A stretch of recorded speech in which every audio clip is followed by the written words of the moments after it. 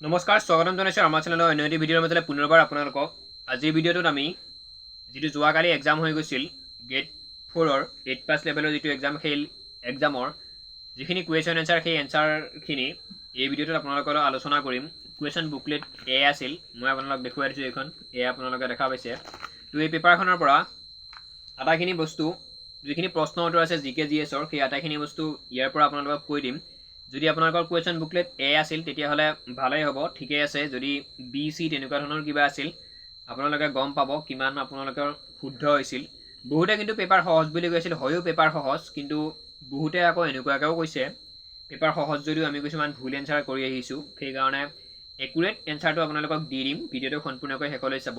আৰু এক্সামৰ আগত মই কিছুমান টিপছ দিছিলোঁ আপোনালোকক পৰীক্ষাৰ বাবে কেনেদৰে প্ৰিপেৰেশ্যন কৰিব লাগে, বা পৰীক্ষা হলত সোমোৱাৰ পিছত এডমিটত আপুনি মেথছ কৰি চাব পাৰিবনে নোৱাৰে, ৰিজনিংখিনি কৰি চাব পাৰেনে নোৱাৰে, সেই কথাবিলাক কৈ দিছিলোঁ। তাত কিছুমান ব্যক্তিয়ে কমেণ্ট কৰিছিল সেইবোৰ মিছা কথা, এডমিটত একো লিখিব নোৱাৰি বুলি। কিন্তু আপোনালোকে পৰীক্ষা দি হয়তো গম পাইছে কিমানখিনি সঁচা কিমানখিনি মিছা। গতিকে সঁচা কথা আৰু প্ৰমাণ দি থকাৰ কোনো সময় লছ কৰি নাথাকোঁ। তো আৰম্ভ কৰিছোঁ আজিৰ ভিডিঅ'টোৰ। প্ৰথম প্ৰশ্ন আছিল, নিম্নলিখিত কোনখন দেশৰ সৈতে ব্ৰাজিলে আন্তৰ্জাতিক সীমা স্পৰ্শ নকৰে? এই প্ৰশ্নটোৰ 4টা অপশ্যন আছিল, আমি অপশ্যনখিনি আৰু কৈ নাথাকোঁ। উত্তৰ আছিল চিলি। তাৰ নেক্সট প্ৰশ্ন আছিল, কোনগৰাকী ব্যক্তি শূন্যৰ জনক ৰূপে বিবেচনা কৰা হয়? সেইটো আছিল আৰ্যভট্ট। তাৰ নেক্সট প্ৰশ্ন আছিল, সুৱেজ খাল কোন দুটা প্ৰধান জলভাগৰ মাজত অৱস্থান কৰে? ভূমধ্য সাগৰ আৰু আটলাণ্টিক মহাসাগৰ। তাৰ নেক্সট প্ৰশ্ন আছিল, অসমৰ কোনখন জিলাৰ আজানপীৰৰ দৰগাহ অৱস্থিত? শিৱসাগৰ জিলাত। নেক্সট কুৱেশ্যন আছিল, পেনিচিলিন কোনে আৱিষ্কাৰ কৰিছিল? Alexander Fleming. নেক্সট আহিছিল 2024 বৰ্ষৰ 1 জানুৱাৰী সাপেক্ষে ৰিলায়েন্স গ্ৰুপৰ অধ্যক্ষ আৰু পৰিচালক কোন আছিল? মুকেশ আম্বানী। গমেই পায় আপোনালোকে। নেক্সট প্ৰশ্ন আছিল, 2024 বৰ্ষৰ গ্ৰীষ্মকালীন অলিম্পিক অনুষ্ঠিত হৈছিল পেৰিছত। নেক্সট কুৱেশ্যন, কোন ক্ষেত্ৰত শ্ৰেষ্ঠত্ব প্ৰদৰ্শনৰ বাবে অৰ্জুন বঁটা প্ৰদান কৰা হয়? ক্ৰীড়াত। নেক্সট কুৱেশ্যন আছিল, লিঅ'নাৰ্ডো দা ভিঞ্চি কোনখন দেশৰ আছিল? ইটালীৰ আছিল তেওঁ। নেক্সট কুৱেশ্যন আছিল, নিম্নলিখিত কোনখন অসমৰ এক পাৰ্বত্য জিলা? ডিমা হাছাও। নেক্সট কুৱেশ্যন, কোনগৰাকী ব্যক্তিক ভাৰতৰ লৌহ মানৱ বুলি জনা যায়? চৰ্দাৰ বল্লভভাই পেটেল। নেক্সট কুৱেশ্যন, আমাৰ ৰাষ্ট্ৰীয় পতাকাৰ চক্ৰত কিমানডাল দণ্ড আছে? LP স্কুলৰ ষ্টুডেণ্টক এইবিলাক প্ৰশ্ন কৰি দিব, 24ডাল দণ্ড। নেক্সট কুৱেশ্যন, বৰ্তমান ভাৰতৰ প্ৰতিৰক্ষা বাহিনীৰ সৰ্বাধিনায়ক কোন? প্ৰতিৰক্ষা বাহিনীৰ যিজন সৰ্বাধিনায়ক হয় তেওঁ আমাৰ ভাৰতৰ ৰাষ্ট্ৰপতি হয়। তো বৰ্তমান ভাৰতৰ ৰাষ্ট্ৰপতি Draupadi Murmu তেওঁই।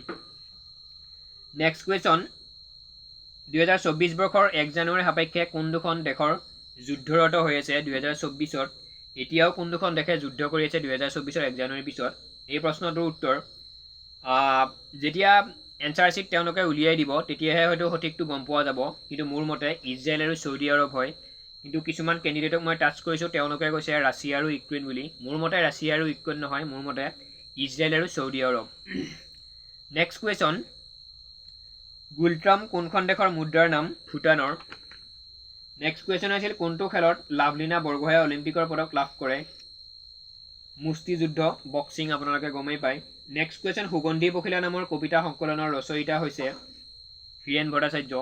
Next question, ring শব্দটো কোনবিধ খেলৰ সৈতে জড়িত? এইটো বক্সিঙৰ লগত। নেক্সট কুৱেশ্যন, নিম্নলিখিত কোনখন বোলছবি ভৱেন্দ্ৰনাথ শইকীয়াদেৱে নিৰ্মাণ কৰা নাছিল? এনেকুৱা ধৰণৰ প্ৰশ্নটোৰখিনি আপোনালোকে কনফিউজ হৈ কিবা বেলেগ কৰি আহে। ইয়াত কোনখন নিৰ্মাণ কৰা নাছিল সেইটো সুধিছে, তো উত্তৰটো আছিল কৃষ্ণচূড়া। নেক্সট কুৱেশ্যন আহিছিল, 2023 চনৰ 31 ডিচেম্বৰ সাপেক্ষে ভাৰতত প্ৰচলিত সৰ্বাধিক মূল্যৰ মুদ্ৰা নোট কোনখন? এইটো মোৰ মতে 2000 হয়। যদি আপোনালোকে কিবা বেলেগ পাইছে ক'ৰবাত বা কিবা আপোনালোকে বেলেগ কৰি আহিছে তো কমেণ্ট কৰি জনাই দিব মোৰ তাত। নেক্সট কুৱেশ্যন, দখনা কোন সম্প্ৰদায়ৰ মহিলাসকলে পৰম্পৰাগত সাজ পোছাক? এইটো বড়ো হয়, গমেই পায় আপোনালোকে। মণিৰাম দেৱানৰ নিম্নলিখিত কোনটোৰ লগত জড়িত আছিল?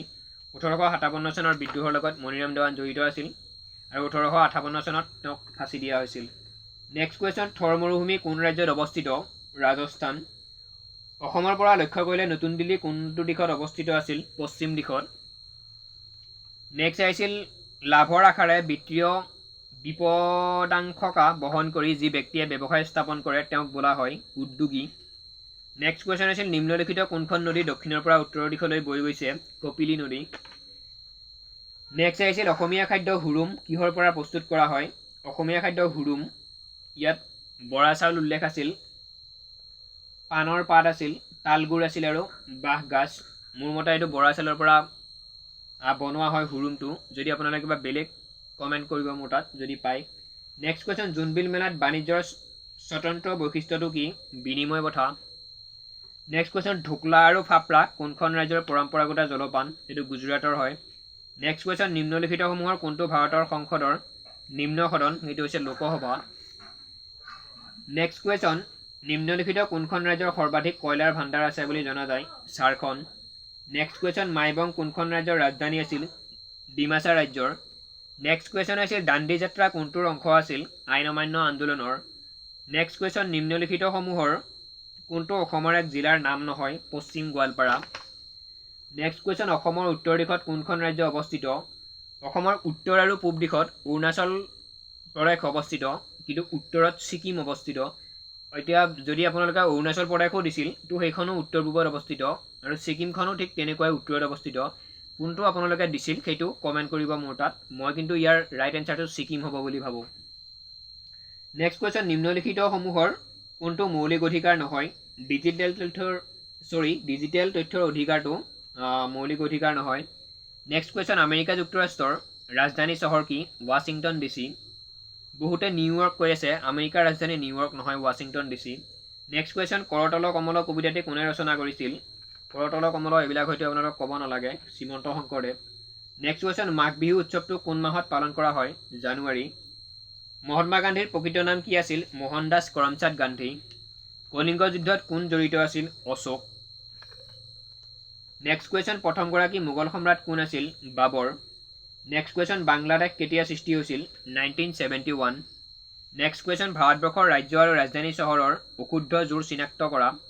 ইয়াত আছিল উত্তৰাখণ্ড আৰু মুছৌৰী, পশ্চিমবংগ আৰু কলকাতা, ছত্তীশগড় আৰু ৰায়পুৰ, গোৱা আৰু পানাজী।